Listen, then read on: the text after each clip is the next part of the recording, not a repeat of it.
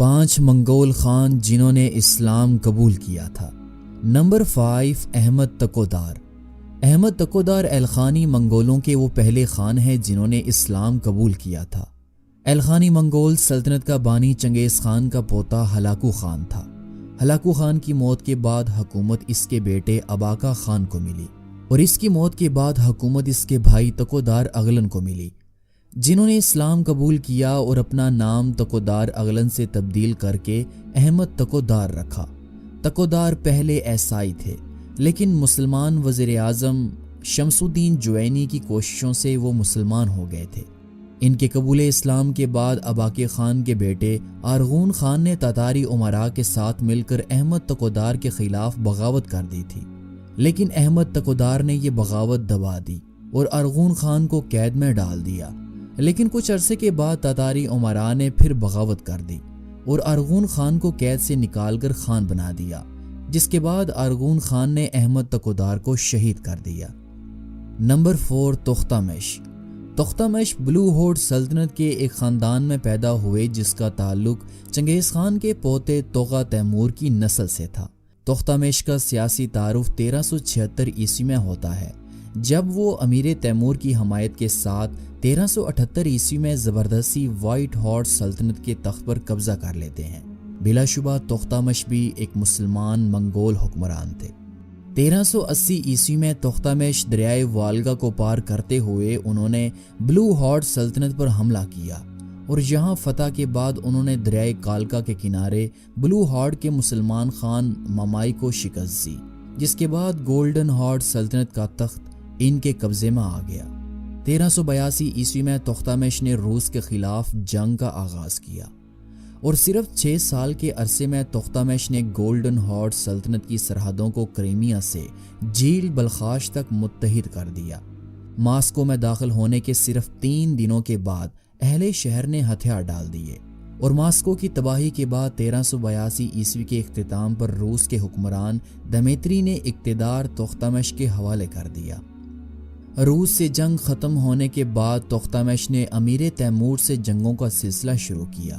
جب 1387 عیسوی میں تختامش نے تیموری سلطنت کے دارالحکومت ماوراؤن نہر پر حملہ کیا، اس وقت امیر تیمور وہاں موجود نہیں تھا۔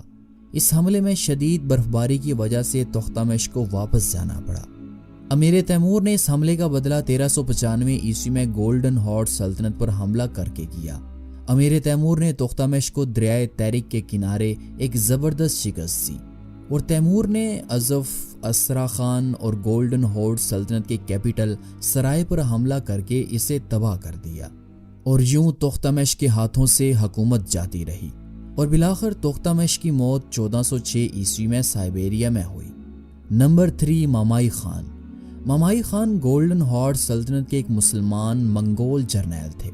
مامائی کبھی گولڈن ہارڈ سلطنت کے خان تو نہ بنے، لیکن اپنی فوجی طاقت کے لحاظ سے ان کی مرضی سے ہی نیا خان بنایا جاتا تھا۔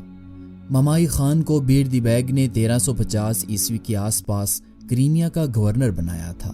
بیردی بیگ کی موت کے بعد مامائی خان نے تخت پر قبضہ تو نہ کیا، لیکن اس کی موت کے بعد مامائی خان ایک طاقتور فوجی شخصیت بن چکے تھے۔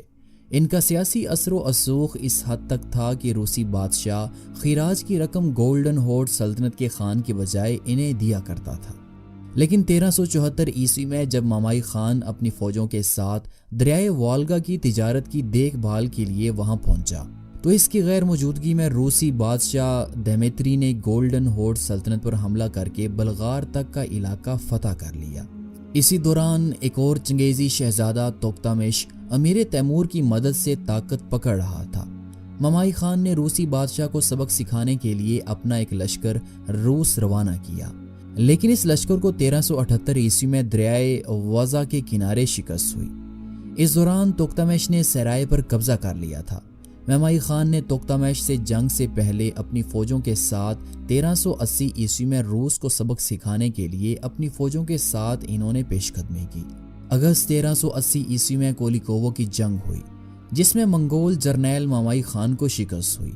جنگ کی ابتدا منگول لشکر کے حق میں تھی، لیکن ابتدائی فتوحات کے بعد روسی بادشاہ دمیتری نے یہاں ایک چال چلی جس کے نتیجے میں منگولوں کے قدم اکھڑ گئے اور منگول جنرل ممائی خان کو شکست ہوئی۔ اس سے اگلے سال ممائی خان نے ایک نئی فوج تیار کی اور دریائے کالکا کے کنارے ممائی خان اور توختامش کے درمیان ایک جنگ ہوئی جس میں ممائی خان کو شکست ہوئی اور وہ اس جنگ میں مارے گئے۔ Number 2، Nogai Khan. Nogai Khan Golden Horde سلطنت کے ایک مشہور جرنیل تھے۔ نوغائی خان نے باتو خان کی موت کے بعد اپنے چچا برکے خان کی طرح اسلام قبول کر لیا تھا، اور اس کے بعد انہوں نے 1240 عیسوی میں اپنے چچا زاد ہلاکو خان کے خلاف جنگوں کا آغاز شروع کر دیا، جو کہ بغداد پر حملے کی وجہ سے شروع ہوئی تھیں۔